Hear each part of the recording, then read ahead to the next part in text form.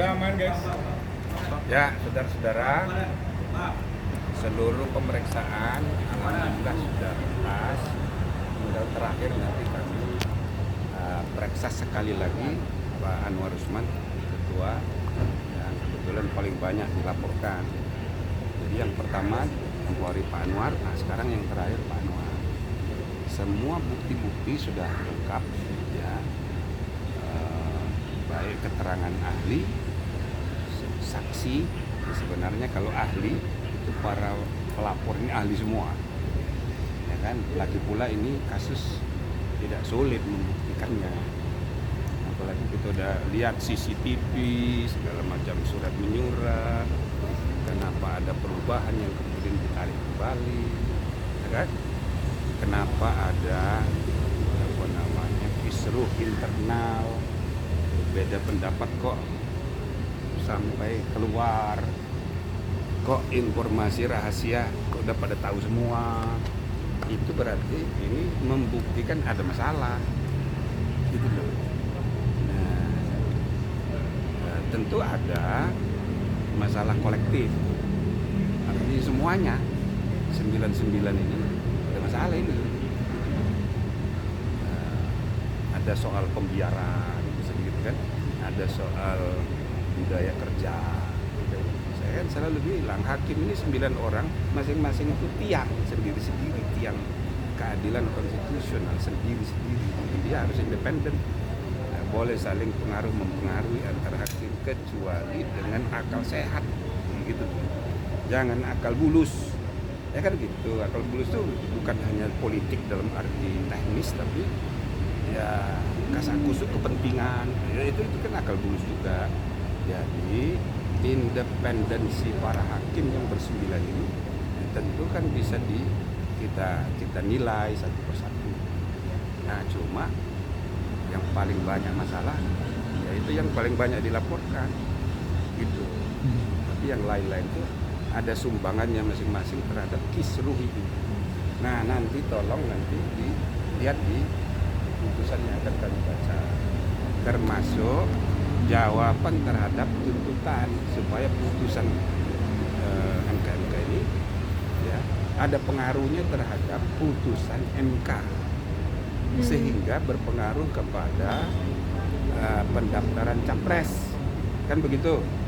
Nah, itu juga salah satu pertimbangan mengapa kita putuskan putusan dibacakan tanggal 7. Nah, ini juga harus dijawab melalui putusan MK ini, supaya ada kepastian. Yang salah harus kita bilang salah, yang benar harus kita bilang benar. Dan yang jauh lebih penting adalah bagaimana tradisi negara hukum kita, tradisi demokrasi kita itu terus berjalan untuk meningkat mutu dan integritas. Karena saya bilang tadi, kita ini dikenal sebagai the third largest demokrasi dari segi kuantitas, nomor 3 terbesar, demokrasi terbesar di dunia. Tapi kualitasnya masih pada ranking harus kita kawal, kan? Mulai dari soal sistem etika politik, sistem etika bernegara. Dari segi negara hukum kita ini nomor 4. Kalau RRC dimasukkan negara hukum, kita nomor 4 terbesar di dunia negara hukum. The fourth largest rule of law. Tapi indeks kualitas negara hukum kita nomor 64, masih jauh banget. Jadi para sarjana hukum, para lembaga-lembaga penegak hukum, lembaga pembuat hukum harus menyadari bagaimana kita memperbaiki kualitas dan integritas negara hukum kita. Indonesia ini bukan Indonesia kalau bukan negara hukum, karena di dalam Undang-Undang Dasar sudah diatur. Kalau pasal 1 ayat 1 itu pakai kata iyalah. Negara Indonesia ialah negara kesatuan yang berbentuk republik. Tapi pasal 1 ayat 3 pakai adalah. Negara Indonesia adalah negara hukum. Artinya definisi. Kalau bukan negara hukum, ya bukan negara Indonesia, gitu loh. Jadi mari kita perbaiki kualitas negara demokrasi dan negara hukum kita yang berdasarkan Pancasila. Nah, yang selebihnya tolong ya tunggu putusan biar agak dramatis dikit biar ya kan. Artinya biar aja dagdikduk nggak apa-apa. Artinya yang sangat bermasalah ini terbukti bersalah. Iya, banyak laporan. Ada Banyak laporannya kan 21 semuanya. Padahal kami ini ad hoc ditugasi hanya 30 hari, tapi alhamdulillah kita selesaikan 15 hari. Nanti jam berapa, Pak? Nanti jam berapa? Oh, nanti ketua MK ya jam setengah 2.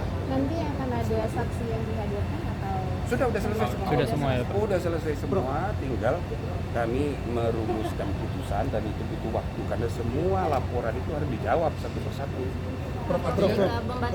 Jika putusan MK nanti membatalkan perkara 90, artinya Gibran juga otomatis juga membatalkan. Iya, makanya saya jangan disebut dulu, biar nanti dibaca.